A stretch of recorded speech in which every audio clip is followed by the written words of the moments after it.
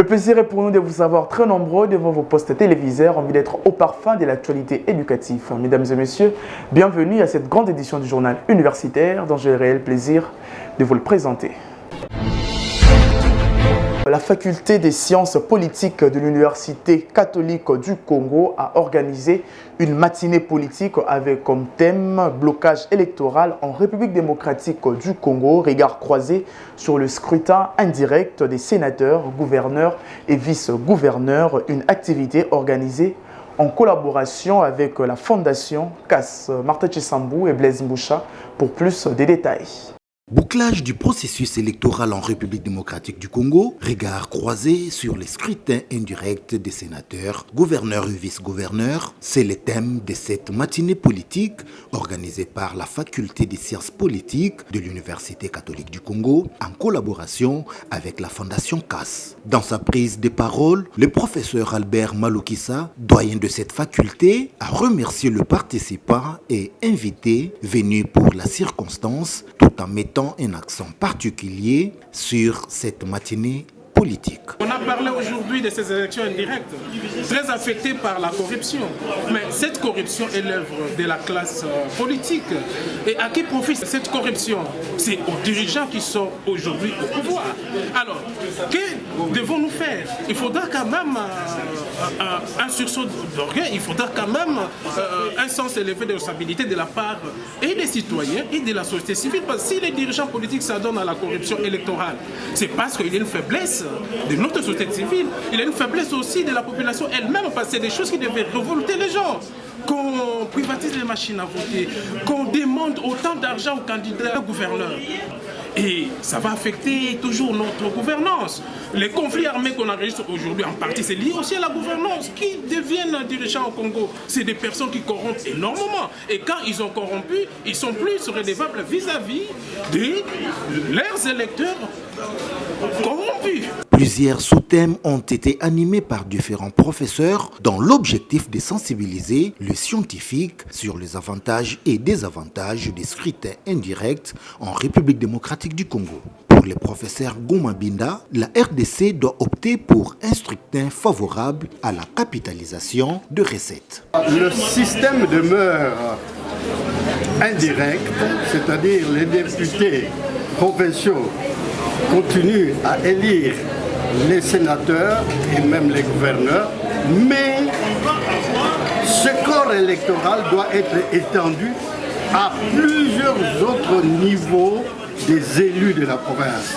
c'est-à-dire aux élus du secteur, aux élus du territoire et aux élus de la province. Voilà le corps électoral qui devrait pouvoir élire le gouverneur de province et aussi le sénateur. Ce que je pense, moi, c'est plutôt ramener toutes les élections au suffrage universel indirect. C'est plus facile dans l'organisation, c'est plus facile dans la surveillance des corrupteurs potentiels ou des corrompus potentiels. C'est troisièmement une grande économie des dépenses. Vous savez, les élections indirectes ou directes coûtent trop cher au pays. Et les gens ne remarquent pas souvent cela. Les élections ne sont qu'un moyen pour pouvoir mieux améliorer la situation de la population, les routes, les écoles, la santé, etc. Mais quand on engloutit des milliers et des millions en fait, et voire des milliards de dollars pour des élections factices qui n'apportent pratiquement rien du tout, là, c'est un problème que nous devons bien considérer. Donc, je pense qu'il faut que, y compris au niveau de l'élection du président de la République. Notons que dans les différents argumentaires, les conférenciers tous ont émis le vœu de voir la République démocratique du Congo opter pour ces systèmes de scrutin car c'est avantageux pour le pays en voie de développement.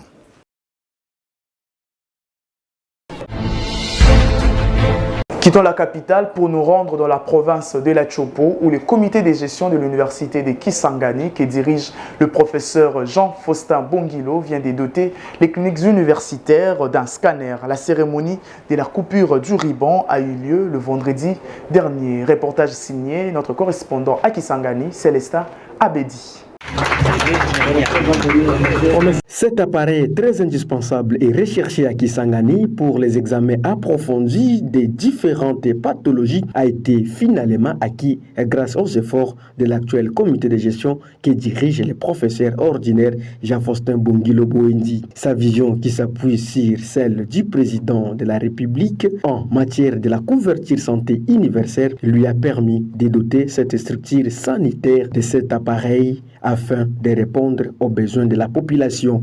La cérémonie inaugurale de ces scanners a eu lieu ce vendredi 10 mai en présence de plusieurs notabilités, parmi lesquelles le président de l'Assemblée provinciale de la Tchopo, l'honorable Mathéus Kanga Londimo, qui a procédé à la coupure du ruban symbolique. Plusieurs allocutions de circonstances ont été prononcées, dont celle du recteur de l'université de Kisangani, qui continue à matérialiser par ses gestes sa vision. Il a saisi cette occasion pour demander à toutes les autorités compétentes, notamment au gouvernement et à l'Assemblée provinciale, de veiller pour que les cliniques universitaires de Kisangani ne soient pas privées des courants électriques indispensables pour faire fonctionner ces scanners et d'en faire un bon usage.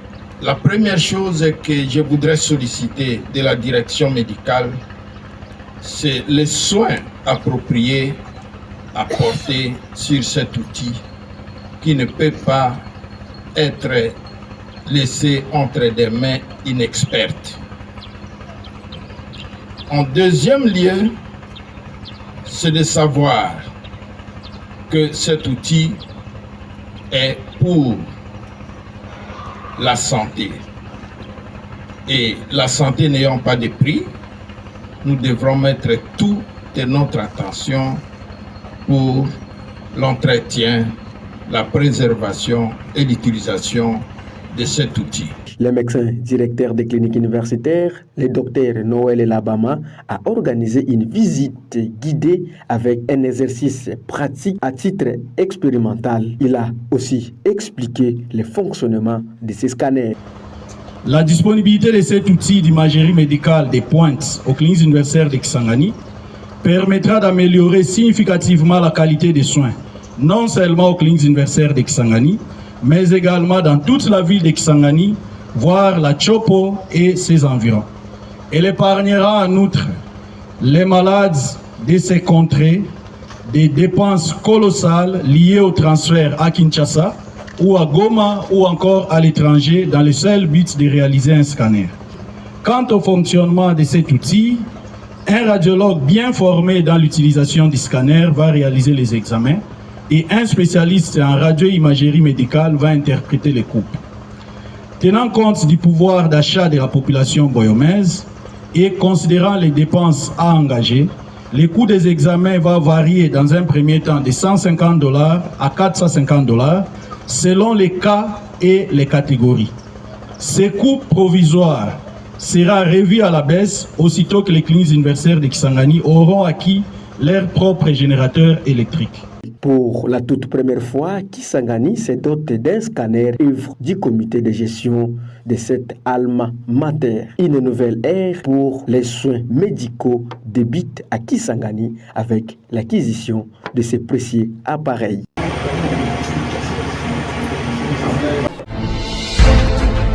Très content de la mise en place d'une école des pêches et d'agriculture à l'UNIKIS par son comité de gestion. Le professeur Roger Moussalizi, directeur de l'ECOPAC, est revenu sur l'importance de la dite école. Suivez. Nous voulons former des ingénieurs haliettes et aquaculteurs qui puissent être capables de produire des quantités de poissons, puisque produire les poissons n'est plus une question seulement d'aller valer, aller à 40 km pour produire les poissons. Puisque là d'ailleurs, avec la situation de sécurité du pays, on va voler. Mais avec, comme vous voyez derrière moi, il y a une étape piscicole. C'est-à-dire qu'on peut installer une étape piscicole même à la maison. Donc, la mission, c'est de former les ingénieurs capables d'initier les projets de production agricole, des projets de production aquacole ou piscicole. C'est ça la mission, former des ingénieurs capables d'éradiquer la situation que nous sommes en train de vivre au Congo. Il n'y a pas d'alimentation, il n'y a pas d'aliments. Tellement la population est affamée, il y a des importations à tout moment, c'est pas intéressant.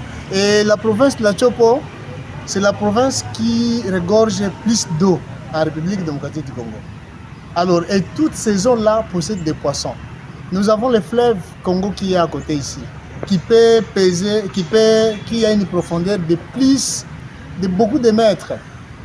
On peut compter jusqu'à peut-être au-delà de 20 mètres de profondeur.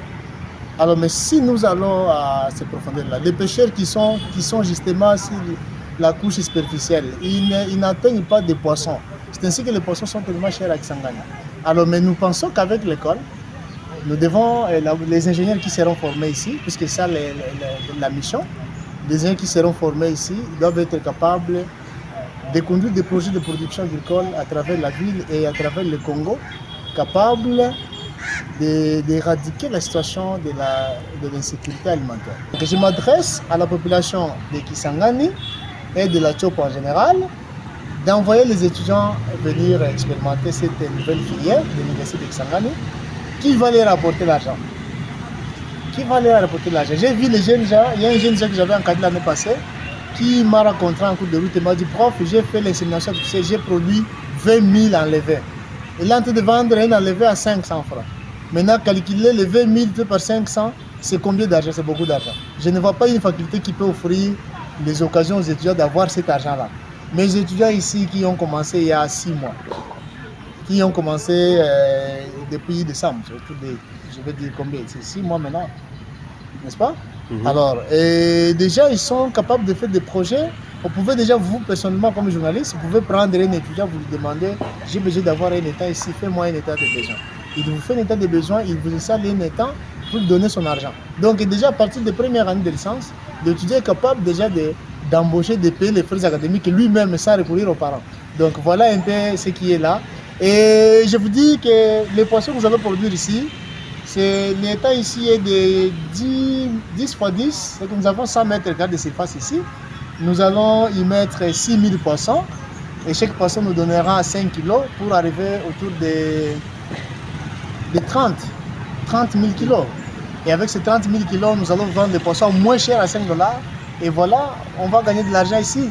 Donc on cherche à monter la population de Kisangani que réellement, il faut aller dans la nouvelle filière pêche et agriculture. C'est ce qui est actuel. Quittons la province de la Chopo pour nous rendre dans la province du Kwilu, précisément à l'Institut supérieur technique médical de Kikwit, pour parler de la tenue d'un atelier organisé par le conseil d'administration des instituts supérieurs techniques, artistiques et technologiques avec les chefs des établissements des 5 provinces, à savoir les Kwango, les Kwilu, le Maindombe, le Kasaï et le Kasaï central. L'objectif de cette rencontre était de partager les connaissances avec les nouveaux animateurs de cette structure et réfléchir sur la numérisation des établissements de l'enseignement supérieur et universitaire de son ressort. Suivez ces reportages qui nous est proposé par Christian Chipamba. C'est une messe scientifique qui a réuni le chef d'établissement des institutions techniques, artistiques et technologiques avec le secrétaire permanent du conseil d'administration des instituts supérieurs techniques, artistiques et technologiques, le professeur Acturienga et toute sa délégation. Après les mots du président du CAISTAT lus par son conseil en communication, le secrétaire permanent du CAISTAT a déclaré ouvert les travaux de 2 jours basés sur les échanges entre le nouveau membre du CAISTAT et le gestionnaire des institutions de son ressort. Les délégations venues de 5 provinces, à savoir Kwango, Kwilu, Maindombe, Kasaï et Kasaï central, composées essentiellement des directeurs généraux et leurs membres de comité de gestion des informaticiens, ainsi que les étudiants, ont bénéficié plusieurs connaissances sur la nouvelle vision du CAISTAT.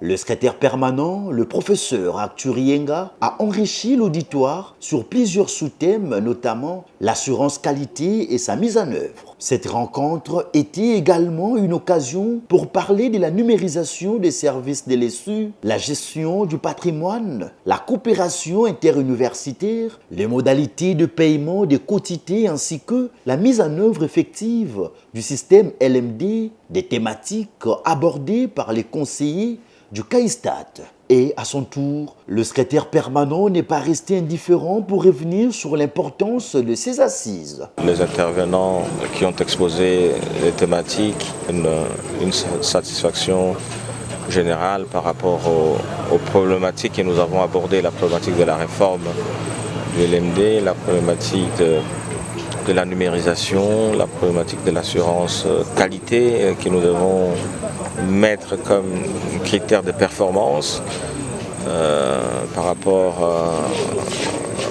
aux résultats que nous attendons dans la qualité de la formation, dans la qualité des diplômés qui doivent sortir des écoles techniques et technologiques. Et à son tour, le professeur Moussoaï, directeur général de l'ISTEM Kikwit, n'a pas caché sa satisfaction pour le choix apporté sur son institution afin d'abriter cette rencontre. Le professeur Artil Yenga, secrétaire permanent du CAISTAT, pour avoir choisi l'ISTEM Kikwit comme étant point focal, centre des assises pour la nouvelle vision du CAISTAT, en ce qui concerne les 5 provinces, Kwango, Kwilu, Maïndombe, Kasaï, Kasaï central.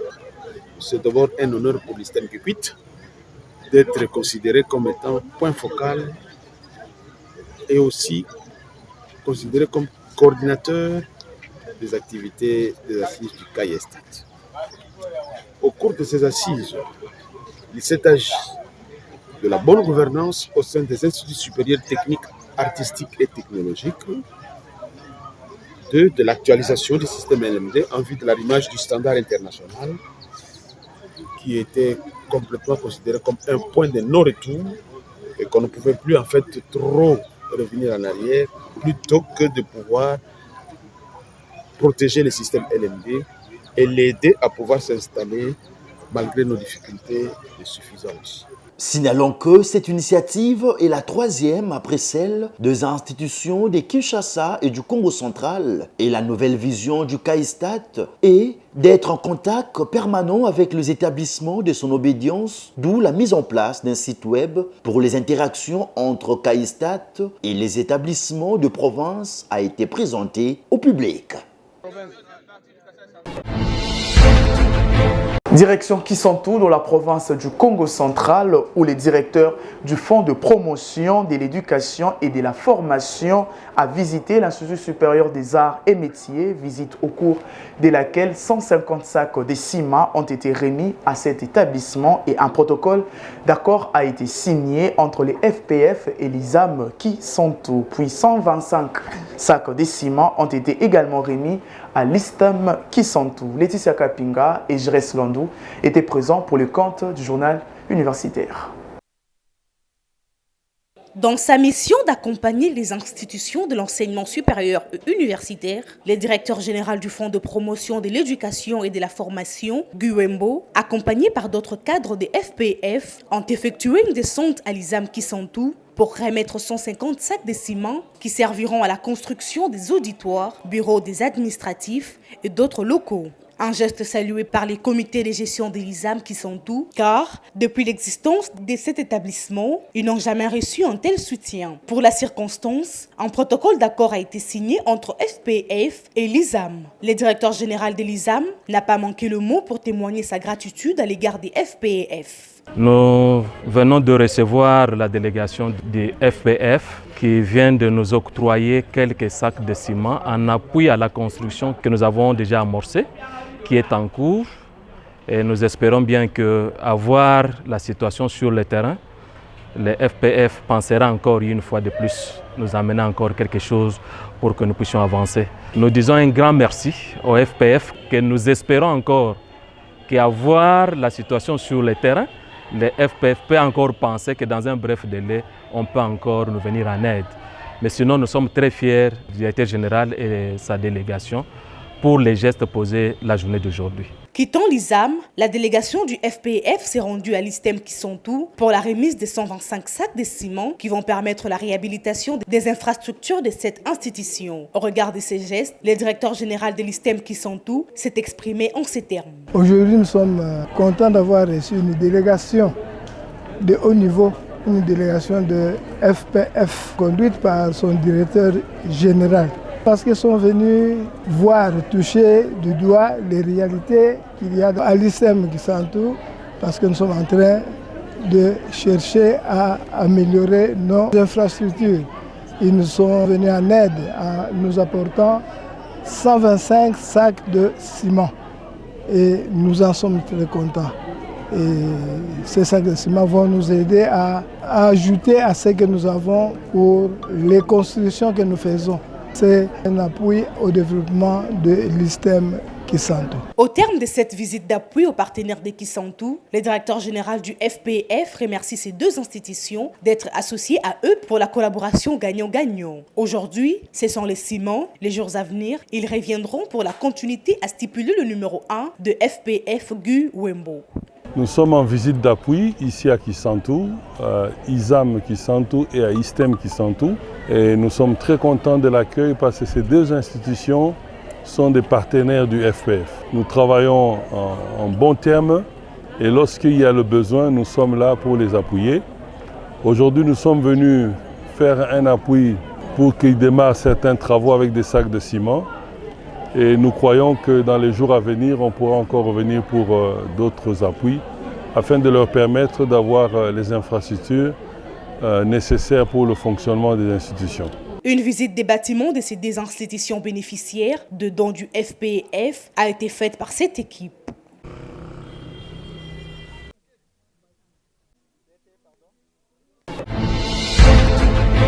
Retournons à Kinshasa pour parler de l'ouverture des assises de la task force pour la mise en place de la maquette en master et doctorat des instituts supérieurs pédagogiques et techniques de la République démocratique du Congo pour l'année académique 2023-2024. C'était le jeudi 9 mai 2024 à l'ISP Tekin et ces travaux dureront pendant 10 jours. Valongolou pour les reportages. Dans le but d'instaurer les enseignements du 3e cycle dans tous les instituts supérieurs pédagogiques et techniques de la RDC, une task force a été mise en place sur la demande de la tutelle pour le lancement des travaux de l'élaboration de la maquette du master et doctorat qui a été ouvert le jeudi dernier par les représentants du ministre de l'ESU, Florent Moulumba Mwabi. Je vais déclarer le début ou l'ouverture de cet atelier de grands espoirs. Je vous remercie.